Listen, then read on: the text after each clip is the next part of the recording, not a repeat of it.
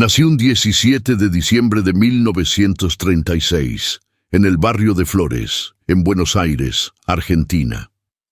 Mis padres, Mario y Regina, eran inmigrantes italianos que habían dejado el Piamonte en busca de una vida mejor en América del Sur.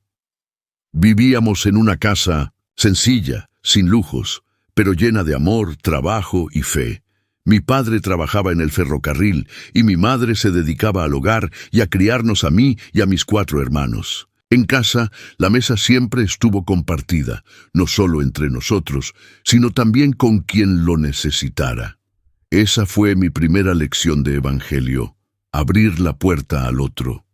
Desde pequeño aprendí el valor del esfuerzo y la humildad. Nunca nos faltó lo esencial, aunque tampoco nos sobraba nada. Mi infancia estuvo marcada por la cercanía con la gente común, vecinos, obreros, niños del barrio. Ellos fueron mis primeros compañeros de vida. Recuerdo especialmente las tardes de fútbol en la calle, donde jugábamos hasta que anochecía. Yo no era muy bueno, pero corría con entusiasmo. Esos momentos me enseñaron sobre fraternidad, cooperación y alegría sencilla. Mi abuela Rosa tuvo un papel muy importante en mi formación espiritual. Era una mujer fuerte, profundamente creyente. Fue ella quien me enseñó a rezar y me transmitió su devoción a la Virgen. Sus palabras todavía resuenan en mi corazón. A los 12 años ya sentía una inclinación interior hacia el sacerdocio, aunque no entendía bien qué significaba. Iba a misa con regularidad y me sentía atraído por el misterio de lo sagrado, por esa entrega silenciosa de los curas de barrio. Mis padres me apoyaban en todo, aunque no siempre comprendían mis decisiones. Eran personas prácticas, trabajadoras, y les costaba entender por qué su hijo mayor se interesaba tanto por la iglesia. Aún así, nunca me cerraron el camino. Asistí al colegio industrial para convertirme en técnico químico. No era una elección vocacional, sino más bien una forma de ayudar en casa lo antes posible. Pero incluso allí, entre fórmulas y laboratorios, el llamado interior persistía.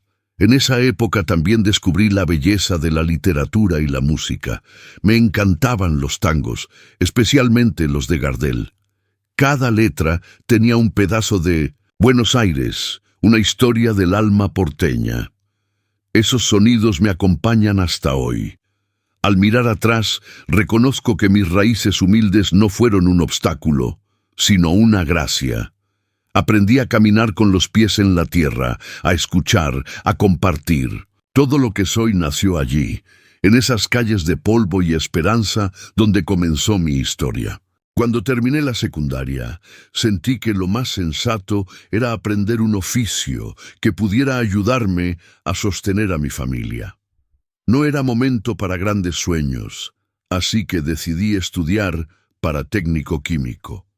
Era una carrera práctica, con salida laboral, y eso era lo importante en ese momento. Durante 3 años asistí a la Escuela Técnica No. 27 Hipólito Yrigoyen, donde me sumergí en el mundo de la ciencia. Me interesaban especialmente los procesos de laboratorio, la precisión, la observación, ese ritmo casi meditativo de los experimentos. Era un entorno que me enseñó a valorar el orden, el detalle y la paciencia. Tuve buenos profesores, algunos exigentes, otros inspiradores. Aprendí no solo química, sino también disciplina intelectual. Y aunque mi corazón ya empezaba a inclinarse hacia la vocación religiosa, me entregué por completo a los estudios. Al graduarme, comencé a trabajar en un laboratorio. Era joven, y aunque sabía que aquello no era mi destino final, cumplía con responsabilidad. Me levantaba temprano, tomaba el colectivo y pasaba horas entre tubos de ensayo y fórmulas. A veces me perdía en pensamientos más profundos, preguntándome si esa era verdaderamente mi misión. Había algo en la soledad del laboratorio que me llevaba a la introspección. Entre reacciones químicas y anotaciones técnicas, Mi interior empezaba a hablar con más claridad. Sentía una inquietud, una voz suave que me empujaba hacia algo más grande, más humano, más trascendente. Un día, mientras trabajaba, vi a través de la ventana a un grupo de niños jugando en la calle. Sentí una punzada en el alma. Pensé, ¿esto es lo que quiero hacer toda mi vida? ¿Encerrado entre fórmulas, mientras afuera hay tanta necesidad, tanta vida? Esa imagen me marcó. Fue entonces cuando empecé a considerar seriamente la posibilidad del sacerdocio, ya no como una idea difusa de la infancia, sino como una llamada real, urgente. Lo hablé con un sacerdote jesuita, quien me escuchó con atención y sin presionarme. Me dijo, Dios llama de muchas maneras, escúchalo. Seguí trabajando un tiempo más mientras discernía. Recuerdo que algunos compañeros del laboratorio notaron un cambio en mí. Me veían más callado, más introspectivo. Yo no sabía cómo explicarles lo que estaba ocurriendo dentro de mí. Finalmente tomé la decisión. Dejé el laboratorio y entré al seminario. Fue un salto de fe, sí, pero no un salto al vacío. Era más bien un salto hacia la plenitud. Ciencia me había dado herramientas valiosas, pero mi vocación me pedía algo más, ponerme al servicio de las personas. A veces pienso que aquella etapa como técnico químico fue un regalo de Dios. Me enseñó a observar, a pensar con rigor, a ser metódico, pero también me mostró que la verdadera transformación no ocurre solo en los laboratorios, sino en el corazón humano. Y ese sería desde entonces mi nuevo laboratorio, el alma de las personas. Tenía apenas 21 años cuando la enfermedad llegó sin anunciarse, como esas tormentas de verano que oscurecen el cielo de repente. Fue una neumonía severa, complicada con una infección que afectó el lóbulo superior del pulmón derecho. Al principio pensé que era solo un resfrío fuerte, pero pronto me di cuenta de que era algo más serio. Fui internado de urgencia, con fiebre alta, dificultad para respirar y un dolor que me atravesaba el pecho como un cuchillo. Recuerdo claramente la mirada preocupada de los médicos, los tubos, el olor del alcohol y ese frío particular de los hospitales. Me sentí frágil, pequeño, vulnerable. La decisión médica fue drástica. Tenían que extirpar parte del pulmón para salvarme. En ese momento no comprendí del todo la gravedad, pero sabía que estaba ante una encrucijada. La cirugía fue rápida, pero el proceso de recuperación fue largo y doloroso. Sentí lo que es depender de otros, incluso para dar un paso. Durante los días de convalecencia tuve mucho tiempo para pensar. Allí, en ese lecho de hospital, empecé a comprender el misterio del sufrimiento. El dolor no me destruyó, me despertó. Me hizo más consciente de la fragilidad de la vida, de lo efímero de todo y también del valor de cada segundo. Recuerdo que una enfermera, cuyo nombre nunca olvidé, fue especialmente amable conmigo. Me hablaba con ternura, me animaba a tener paciencia.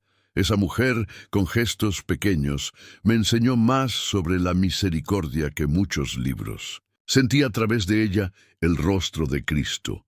Fue en esos momentos de debilidad que Dios me habló con más claridad. No a través de palabras, sino del silencio. El silencio del hospital, de la noche, del corazón. No era miedo a morir, era una profunda revisión de mi vida. Me preguntaba, ¿qué he hecho hasta ahora? ¿A qué me estoy aferrando? Cuando por fin me recuperé, salí del hospital con un cuerpo más frágil, sí, pero con el alma más despierta. Algo en mí había cambiado para siempre. Aquella experiencia de casi morir no me dejó un trauma, sino un llamado. Supe, con certeza, que debía entregarme a una causa mayor. A veces, las heridas del cuerpo abren caminos en el espíritu. Lo que parecía una tragedia se transformó en una gracia oculta. Desde entonces aprendí a no tener miedo de las limitaciones físicas ni de las caídas. La fe no elimina el sufrimiento, pero lo redime, lo transforma. Muchos años después, cuando asumí la misión papal, ese recuerdo volvió a mí. Aquel pulmón que me faltaba se volvió símbolo de mi entrega. No tengo todo, pero doy todo lo que tengo. La debilidad me humanizó, me hizo más cercano al dolor de los demás. Y si hoy puedo hablarle al mundo con un mensaje de compasión, es en parte gracias a aquella cama de hospital. Allí comprendí que la fuerza verdadera no viene de uno mismo, sino de la gracia que actúa cuando nos vaciamos de orgullo y nos abrimos con humildad al amor de Dios. Después de mi recuperación y de haber trabajado un tiempo como técnico químico, el llamado interior se hizo cada vez más fuerte. Era como una voz constante, serena pero insistente, que me invitaba a algo más profundo. Sentía que Dios me estaba pidiendo una respuesta concreta. No era una emoción pasajera, era una certeza silenciosa. Conocía a los jesuitas desde hacía tiempo. Su modo de pensar, su compromiso con la educación, su vida de oración profunda combinada con acción concreta, todo eso me atraía. Me impresionaba su discernimiento, su capacidad de mirar la realidad con los ojos de la fe y la razón al mismo tiempo. En 1958 tomé la decisión. Ingresé al seminario diocesano de Villadevoto, pero pronto me sentí llamado específicamente a la compañía de Jesús. Su lema, Ad Maiorem Dei Gloriam, para la mayor gloria de Dios, resonaba en mi alma como una brújula. Pedí ingresar como novicio y fui aceptado. Mi noviciado jesuita fue un tiempo de despojamiento y de formación interior. Allí aprendí a hacer silencio, a orar con profundidad, a mirar mi vida con honestidad. La espiritualidad de San Ignacio de Loyola me ofreció herramientas para discernir cada paso, para escuchar no solo mi deseo, sino la voluntad de Dios. La disciplina era rigurosa, pero no opresiva. Estudiábamos mucho, meditábamos, hacíamos trabajo manual y sobre todo aprendíamos a vivir en comunidad. No era fácil, éramos muy distintos unos de otros, pero ahí entendí que la verdadera fraternidad se construye en la diferencia, no en la uniformidad.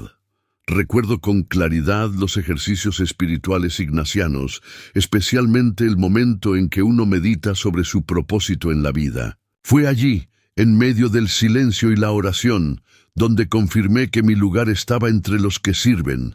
No buscaba poder ni estatus, sino darme por completo. Como jesuita, fui enviado a estudiar filosofía y luego teología. Viajé, conocí nuevas realidades y descubrí lo vasto y diverso que es el mundo. Cada etapa me formó, me ensanchó el corazón. No éramos formados para quedarnos en el templo, sino para salir, para acompañar, para ir a las fronteras. Me ordené sacerdote en 1969. Fue uno de los días más importantes de mi vida. Al postrarme en el suelo durante la ordenación, sentí que todo lo que había vivido hasta ese momento tenía sentido. La enfermedad, la ciencia, las dudas, la búsqueda. Todo me había llevado allí. La compañía de Jesús me enseñó a pensar, sin miedo, a dialogar con el mundo, a ver a Dios en todas las cosas. Pero también me formó en la obediencia, en la humildad de aceptar mis límites y de confiar en una misión que me trasciende. Desde entonces supe que no había marcha atrás. Había entregado mi vida a un camino que, aunque exigente, me llenaba de alegría. Ser jesuita no era solo una identidad, era una manera de mirar, de sentir, de servir. Y hasta hoy sigo caminando con esa misma convicción.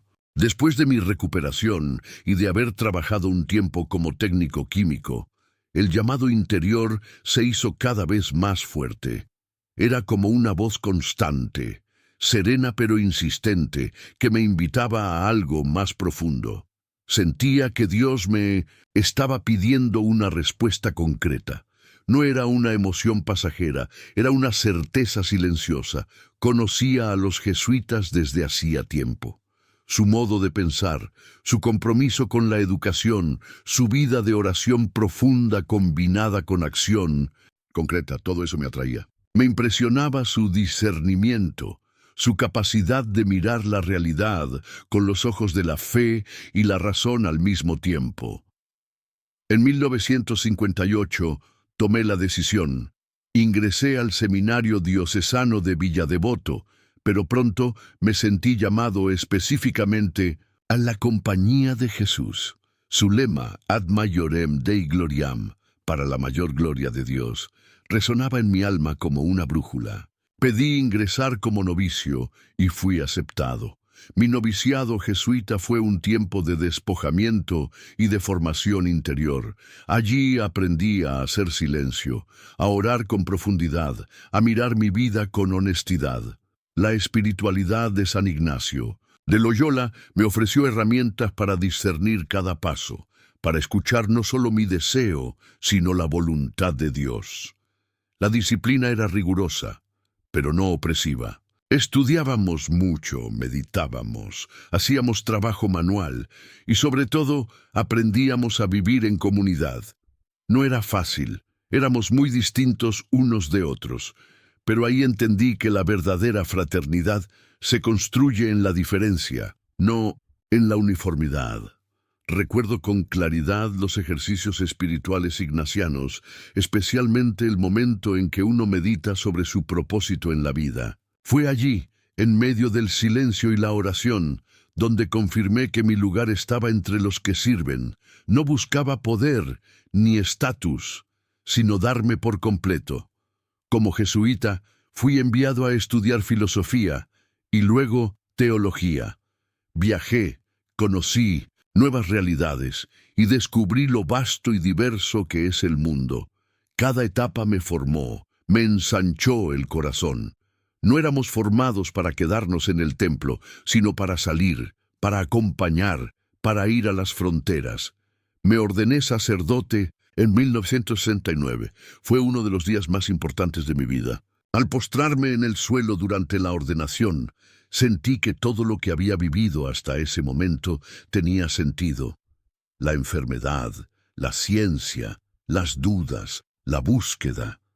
Todo me había llevado allí.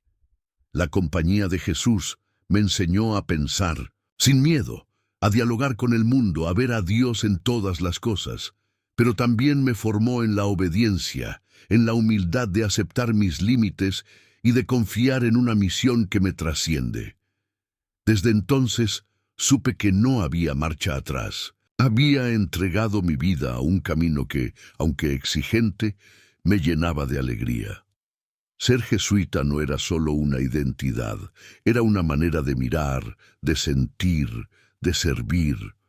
Y hasta hoy sigo caminando con esa misma convicción. La década del 70 fue una época oscura para la Argentina. La violencia se respiraba en el aire y el miedo era parte de la vida cotidiana. En 1976, cuando comenzó la dictadura militar, yo era provincial de los jesuitas en el país. Tenía apenas 36 años. No estaba preparado para lo que se venía. Nadie lo estaba. Mi misión era acompañar a los miembros de la compañía, guiarlos espiritualmente y proteger en la medida de lo posible la vida de nuestras comunidades. Fue un tiempo de decisiones difíciles. Cada palabra, cada silencio, cada movimiento podía tener consecuencias graves. Había que ser prudente, pero sin caer en la indiferencia.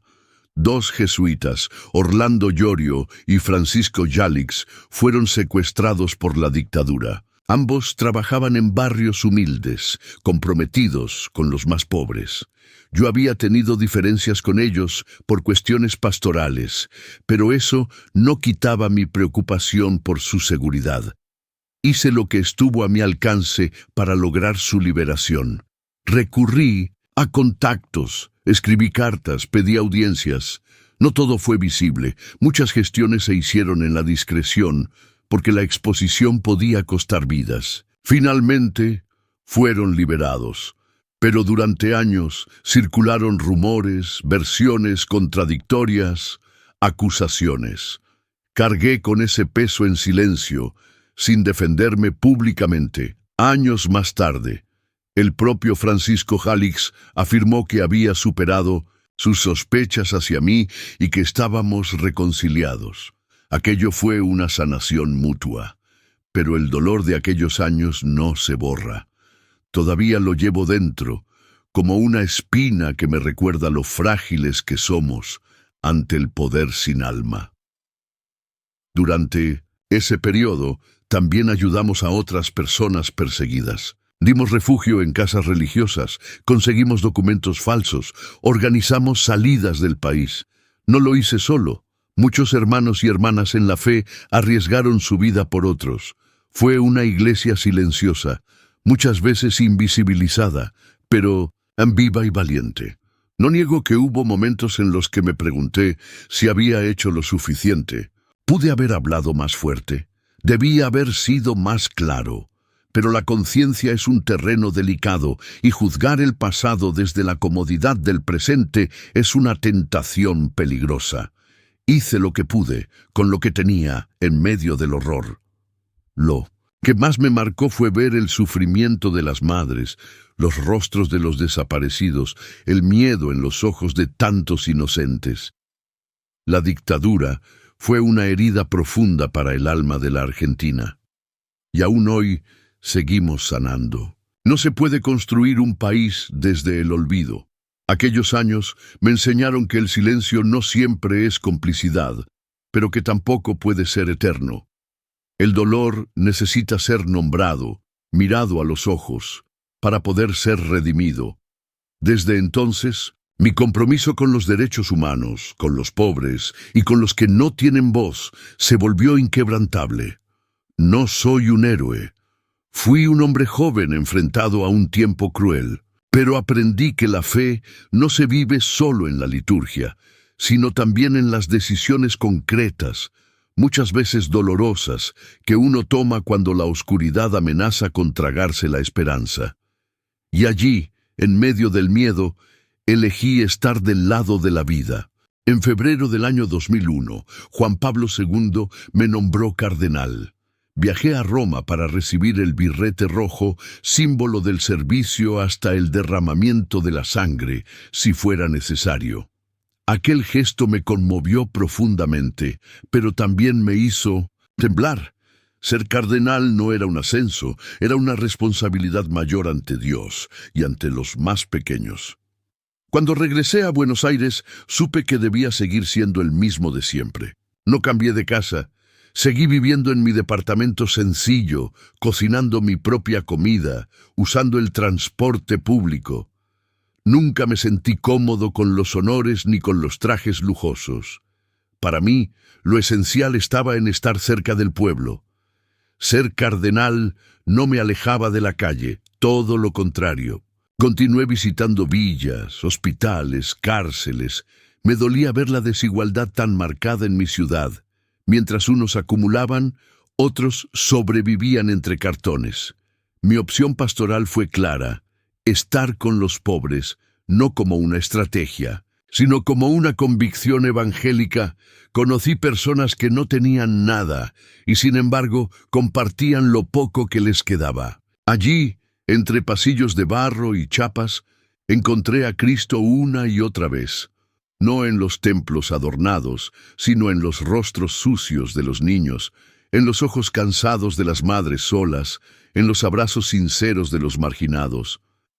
A veces me decían: «Padre, usted es cardenal, debería estar en Roma». Y yo respondía: «Mi Roma es esta villa, mi Vaticano está acá». No era rebeldía, era fidelidad. A Jesús lo encontré en los caminos polvorientos de Galilea, no en los palacios. Y yo quería seguir sus huellas, no sus símbolos. Me tocó también confrontar estructuras eclesiásticas que, sin mala intención, se habían alejado del pueblo. Promoví una iglesia de puertas abiertas. menos burocrática, más compasiva. Insistí en que los sacerdotes salieran de las sacristías y caminaran entre la gente. No todos entendieron, pero muchos se sumaron con alegría. Fui criticado por algunos por vivir demasiado sencillo. Incluso dentro de la misma iglesia hubo quienes pensaban que eso no era digno de un cardenal. Pero yo me preguntaba, ¿qué es más digno ante Dios? ¿Un anillo de oro o una mano extendida al pobre? Para mí, la respuesta era clara. Los domingos celebraba misa en los barrios humildes. Me gustaba hacerlo sin micrófonos, cerca de la gente, escuchando sus historias. Siempre decía que el pastor debía tener olor a oveja, porque no se puede guiar un rebaño desde lejos. Esa imagen la llevo grabada en el corazón. También comencé a trabajar con más intensidad en temas sociales. El trabajo digno, el derecho a la tierra, la salud, la educación. Participé en mesas de diálogo con otras confesiones religiosas, con movimientos populares, con sindicatos, siempre buscando tender puentes donde otros levantaban muros. Esa etapa como cardenal fue una escuela de humanidad.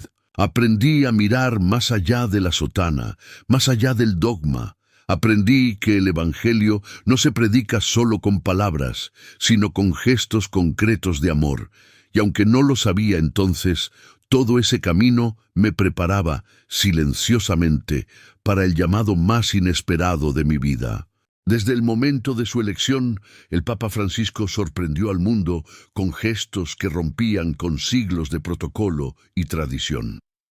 Mientras la multitud reunida en la plaza de San Pedro esperaba una aparición majestuosa, él se presentó con una expresión serena, vestido con una sotana blanca sin adornos, inclinando la cabeza para pedir una oración por él antes de bendecir al pueblo. Era el primer indicio de que algo distinto estaba por comenzar. A diferencia de sus predecesores, Francisco decidió no instalarse en los lujosos apartamentos papales del Palacio Apostólico. En cambio, optó por vivir en la Casa Santa Marta, una residencia más modesta dentro del Vaticano. Su decisión no fue simbólica, sino profundamente coherente con su visión de una iglesia pobre para los pobres, cercana al pueblo y alejada del poder y del boato. Uno de los símbolos más comentados de su sencillez es su maletín negro. El Papa lo carga personalmente en sus viajes, como cualquier sacerdote o trabajador que lleva sus cosas consigo. Dentro, según ha contado él mismo, lleva su breviario, un libro de oraciones, sus gafas y algunos documentos. Como lo hacía cuando era obispo, suele decir. Este gesto simple es, a la vez, una potente declaración de principios. También es conocido por usar siempre el mismo par de zapatos negros gastados, en lugar del tradicional calzado rojo papal. No lo hace por rebeldía, sino por coherencia. Francisco considera que el testimonio cotidiano, en los detalles, es más poderoso que los grandes discursos. Su manera de vestir, sobria y sin ornamentos, refleja su deseo de despojarse de todo lo innecesario para enfocarse en lo esencial. En sus desplazamientos dentro del Vaticano y por Roma, ha evitado el uso de automóviles de lujo. Prefiere vehículos sencillos, a veces incluso compactos, que podrían pasar desapercibidos en cualquier calle. Este rechazo al lujo no es una pose. Es un mensaje claro contra el clericalismo y la vanidad, dos males que él critica con frecuencia dentro de la Iglesia. El Papa también insiste en compartir sus comidas con otros residentes de la Casa Santa Marta en lugar de comer solo o con un séquito. Cree en la fraternidad vivida en lo cotidiano, en la mesa compartida, en el diálogo simple entre personas. En varias ocasiones ha dicho que no se siente especial por ser papa, sino llamado a servir con humildad. Francisco ha hecho de la humildad una forma de liderazgo. No busca imponerse desde arriba, sino guiar desde el ejemplo, mostrando que es posible ejercer autoridad con ternura, firmeza y humanidad. En lugar de levantar barreras, tiende puentes. Y lo hace no solo con palabras, sino con actos concretos que tocan corazones. En un mundo acostumbrado al espectáculo del poder, su estilo ha desafiado expectativas y ha inspirado a millones.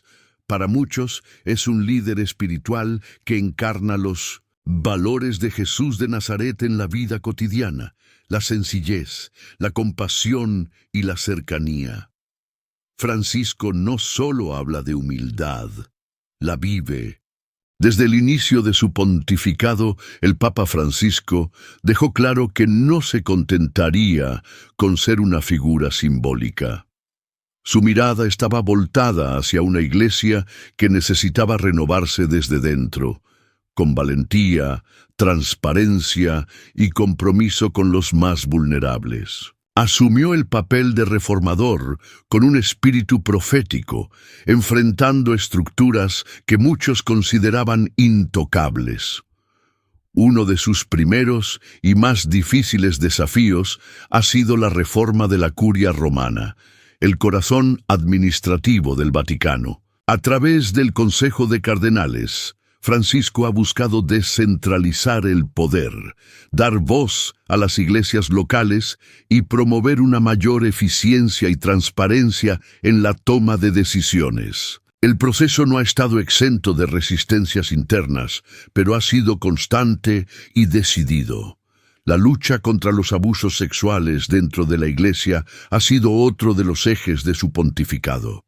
Francisco ha pedido perdón públicamente a las víctimas, ha creado comisiones especiales y ha endurecido las leyes canónicas para castigar a quienes encubren o cometen estos crímenes. Apesar das críticas e da dor envolvida, ele tem insistido que só a verdade pode curar feridas tão profundas. La transparencia financiera también se convirtió en una prioridad. Bajo su liderazgo, se han realizado auditorías, se han cerrado cuentas sospechosas y se han impulsado reformas en el Banco Vaticano. El objetivo: limpiar a fondo, recuperar la confianza y asegurar que los recursos da Igreja sirvan verdadeiramente aos pobres, não ao luxo ou à corrupção. Pero quizás donde más resuena su voz es en el ámbito de la justicia social global. Francisco no teme hablar de desigualdad, de sistemas económicos que excluyen, ni de una globalización que descarta a los más débiles. Su encíclica Laudato Si se convirtió en un manifiesto ecológico, donde defiende el cuidado de la casa común como una exigencia espiritual, moral e urgente. Defensor incansable de los migrantes, ha visitado campos de refugiados, ha denunciado muros y políticas de exclusión y ha recordado al mundo que cada ser humano tiene dignidad, sin importar su nacionalidad, religión o situación legal. Sus palabras y gestos han incomodado a algunos, mas despertaram conciencias en muchos otros. Francisco también ha impulsado el diálogo interreligioso, entendiendo que la paz solo será posible si se construyen puentes entre culturas, credos y pueblos. Ha tendido la mano a líderes judíos, musulmanes, budistas y de otras confesiones cristianas, buscando caminos comunes en defensa de la vida, la dignidad y el planeta. En cada uno de estos frentes, Francisco actúa no como un político, sino como un pastor que no teme ensuciarse los pies caminando entre su pueblo. Su compromiso con la justicia social no es un discurso ideológico, sino una expresión viva del Evangelio que clama por un mundo más justo, fraterno y humano. El Papa Francisco no se limita a hablar solo a los católicos. Desde el inicio de su pontificado, ha demostrado un compromiso claro por dialogar con toda la humanidad, sin importar credos, culturas o convicciones. Su mensaje trasciende fronteras religiosas, tocando temas universales que afectan a todos: el cambio climático, la pobreza, la migración, la paz y la dignidad humana. A diferencia de papas anteriores, Francisco se ha adaptado con naturalidad al lenguaje de la era digital. Es un papa presente en las redes sociales, con millones de seguidores en Twitter, a Pontifex y otras plataformas. A través de mensajes breves pero profundos, comparte reflexiones diarias que inspiran, provocan y llaman a la acción. Habla con un lenguaje cercano, comprensible, muchas veces poético, pero no se trata solo de tecnología. Francisco tiene una sensibilidad especial para comprender los signos de los tiempos. Ha abordado temas como la inteligencia artificial, los derechos laborales, la salud mental y la ética en la economía global. Sus intervenciones en foros internacionales, como la ONU, el Parlamento Europeo y cumbres climáticas, han sido recibidas con respeto incluso por líderes no creyentes. Una de sus grandes prioridades es el diálogo interreligioso. Ha tendido puentes con el Islam, el judaísmo, el budismo y otras confesiones cristianas. En 2019 firmó en Abu Dhabi el histórico Documento sobre la Fraternidad Humana junto al gran imán de Al-Azhar, promoviendo la paz, la convivencia y el rechazo de toda forma de violencia en nombre de Dios. Francisco también se ha convertido en un defensor de la cultura del encuentro. Escuchar antes de juzgar, tender la mano antes que señalar con el dedo. Ha recibido en el Vaticano a líderes indígenas, refugiados, científicos, artistas, ateos, jóvenes activistas. No teme hablar con nadie, porque cree que en cada ser humano hay una chispa de verdad y de belleza. En sus viajes apostólicos, más de 40 hasta ahora, ha visitado lugares olvidados, zonas de conflicto, periferias geográficas y existenciales. No busca el escenario cómodo, sino los márgenes. Allí donde la gente sufre, donde la esperanza parece apagada, él aparece con una palabra, una sonrisa, un gesto de consuelo. Su presencia es un símbolo de cercanía. Este estilo pastoral y abierto ha generado admiración más allá de la Iglesia. Intelectuales, líderes sociales y personas de distintas ideologías lo reconocen como una de las voces morales más coherentes y valientes de nuestro tiempo. No porque imponga una doctrina, sino porque propone una visión de mundo basada en la compasión, la justicia y la dignidad. Francisco es, en muchos sentidos, un papa del siglo XXI. Conectado con la realidad, atento al sufrimiento del mundo y convencido de que el Evangelio no se predica solo desde los púlpitos, sino desde las calles, las redes y los corazones. Habla con el mundo porque cree que Dios también lo hace, en cada rincón donde hay vida, dolor y esperanza.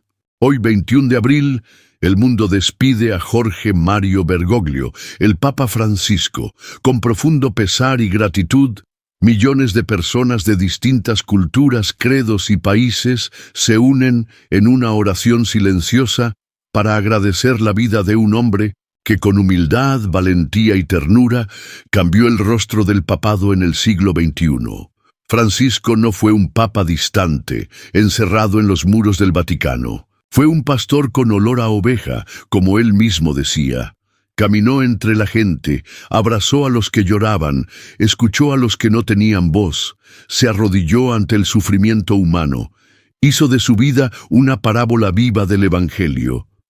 Su legado es inmenso.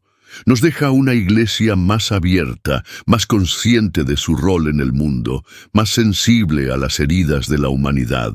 Impulsó reformas necesarias, denunció injusticias con firmeza y nos recordó que la fe sin compasión se vuelve estéril.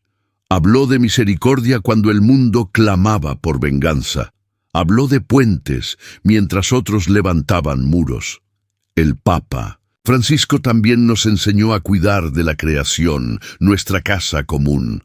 Con su encíclica Laudato Si, despertó una conciencia ecológica espiritual que tocó tanto creyentes como no creyentes. Nos invitó a vivir con sencillez, en armonía con la naturaleza y con los demás.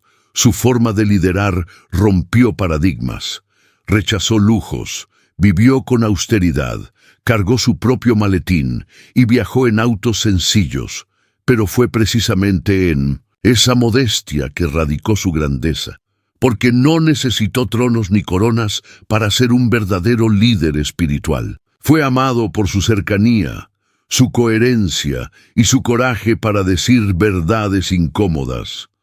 Hoy, la Iglesia y el mundo pierden a una de sus voces más claras y humanas, pero su testimonio no muere. Sus palabras, gestos y enseñanzas seguirán inspirando a generaciones futuras, porque un papa como Francisco no se apaga con la muerte, se transforma en semilla, en memoria viva, en faro encendido. Aquel buen cristiano que quiso imitar a San Francisco de Asís deja este mundo como vivió